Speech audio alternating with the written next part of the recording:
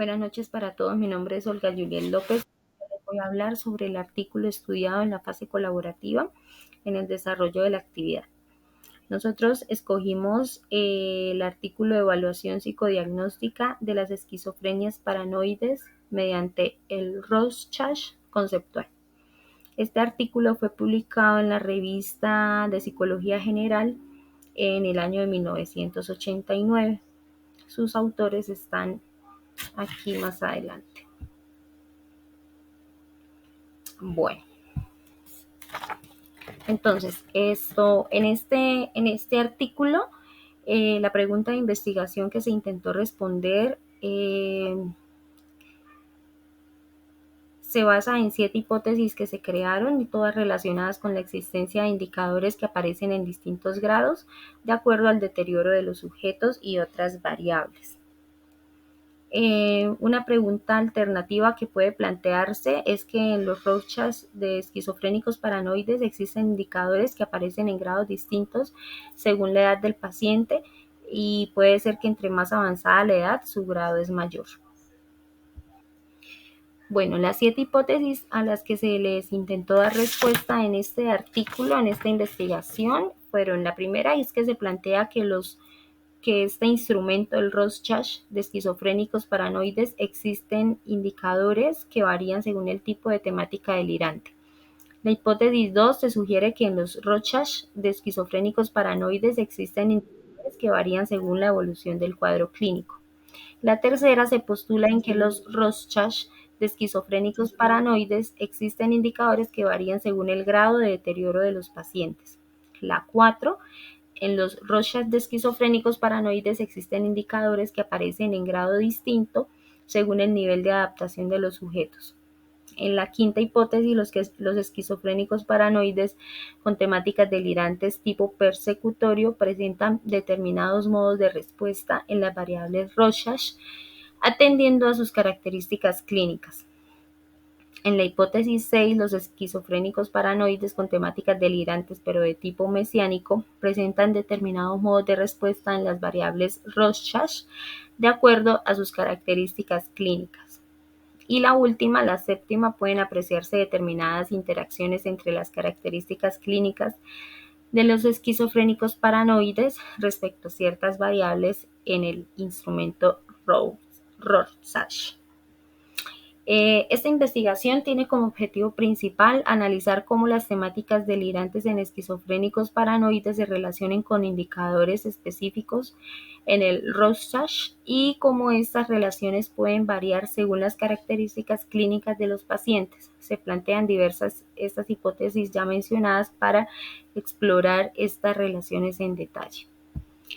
¿Cuál fue el diseño de investigación? Se puede escribir como un diseño de investigación cuantitativo de tipo comparativo. El estudio se enfoca en comparar diferentes sujetos diagnosticados con esquizofrenia paranoide. El diseño de este estudio es cuantitativo y comparativo, ya que se centra en la comparación de diferentes grupos de sujetos según variables relacionadas con las temáticas delirantes en la esquizofrenia paranoide y otras características clínicas.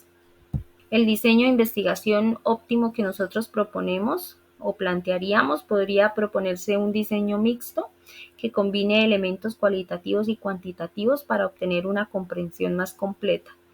Este diseño mixto permitiría una exploración a profundidad de las temáticas delirantes en la esquizofrenia paranoide, así como una evaluación cuantitativa que respalde y amplíe los hallazgos cualitativos. Las características de los participantes, la primera, todos son varones con edades entre los 20 y los 80 años. Se menciona que la mayoría de los participantes son solteros, no se especifica un porcentaje exacto, pero se da a entender que la mayoría de ellos no están casados, con un nivel socioeconómico medio y con un grado de escolaridad primaria. Recordemos que el instrumento usado en esta investigación es el Rorschach, que es un test psicométrico de evaluación psicológica. Este instrumento se emplea para analizar y comprender las temáticas e ideas delirantes en el contexto de trastornos del pensamiento y la psicopatología. Se menciona que ha habido un enfoque experimental y psicométrico en la utilización de este instrumento.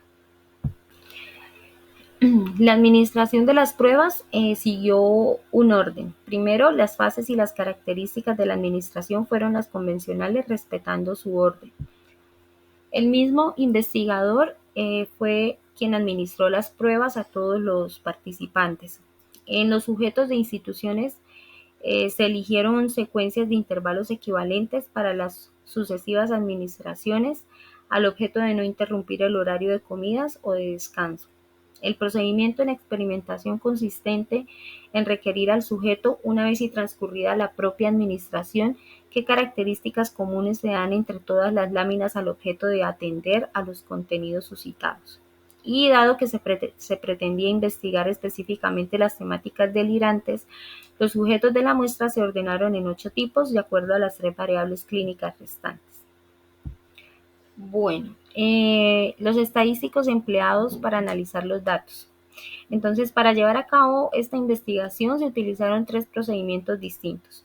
En primer lugar, se aplicaron pruebas de test y chi cuadrado que forman parte del paquete estadístico en su versión de 1982. Además, se empleó un programa de análisis factorial de correspondencia según lo propuesto por Ben Screed en 1976. Esta elección se basó en la capacidad del programa para permitir un estudio cualitativo y descriptivo de la interacción entre las variables de Rorschach y las características clínicas de los participantes en la investigación. Los principales hallazgos en esta investigación se refiere a las diferencias observadas en las respuestas al instrumento utilizado entre los individuos con esquizofrenia paranoide que presentaban diferentes características clínicas y tipos de temáticas delirantes. Entonces, la primera diferencia es entre temáticas delirantes. Se encontraron diferencias significativas en las respuestas al instrumento utilizado entre los individuos con temáticas delirantes de tipo persecutorio y los que tenían temáticas delirantes de tipo mesiánico. Eso es de la hipótesis 1. Eso sugiere que los patrones de respuesta de ese instrumento varían según el tipo de temática delirante presente en los pacientes. El segundo hallazgo, se encontraron diferencias entre evolución del cuadro. Se observaron diferencias en las respuestas al instrumento utilizado entre los pacientes con esquizofrenia paranoide aguda y crónica, de la hipótesis 2. Esto indica que la evolución de la enfermedad también influye en los patrones de respuestas en la prueba. Y la tercera, se encontraron diferencias según deterioro. Entonces se encontraron diferencias significativas en las respuestas a este instrumento entre los pacientes con deterioro y aquellos sin deterioro. Esto es de la hipótesis 3. Esto sugiere que el nivel de deterioro clínico está relacionado con las respuestas en la prueba. Diferencias según el nivel de adaptación. Se observaron diferencias en las respuestas al instrumento utilizado entre los pacientes con alto y bajo nivel de adaptación. Esto es de la hipótesis 4. Esto indica que el nivel de adaptación también se relaciona con patrones de respuestas en la prueba. Y el quinto hallazgo, interacción entre variables clínicas y el Rorschach. Se detectó una interacción entre ciertas variables clínicas y las respuestas en el instrumento utilizado en pacientes con esquizofrenia paranoide. Esto sugiere que las características clínicas como la temática delirante, la evolución del cuadro, el deterioro y el nivel de adaptación influyen en la forma en que los pacientes responden a la prueba.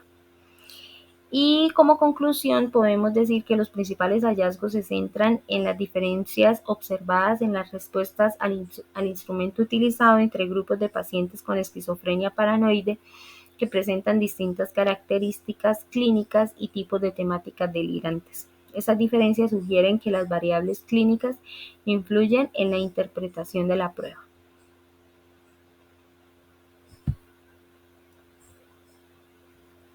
Muchas gracias.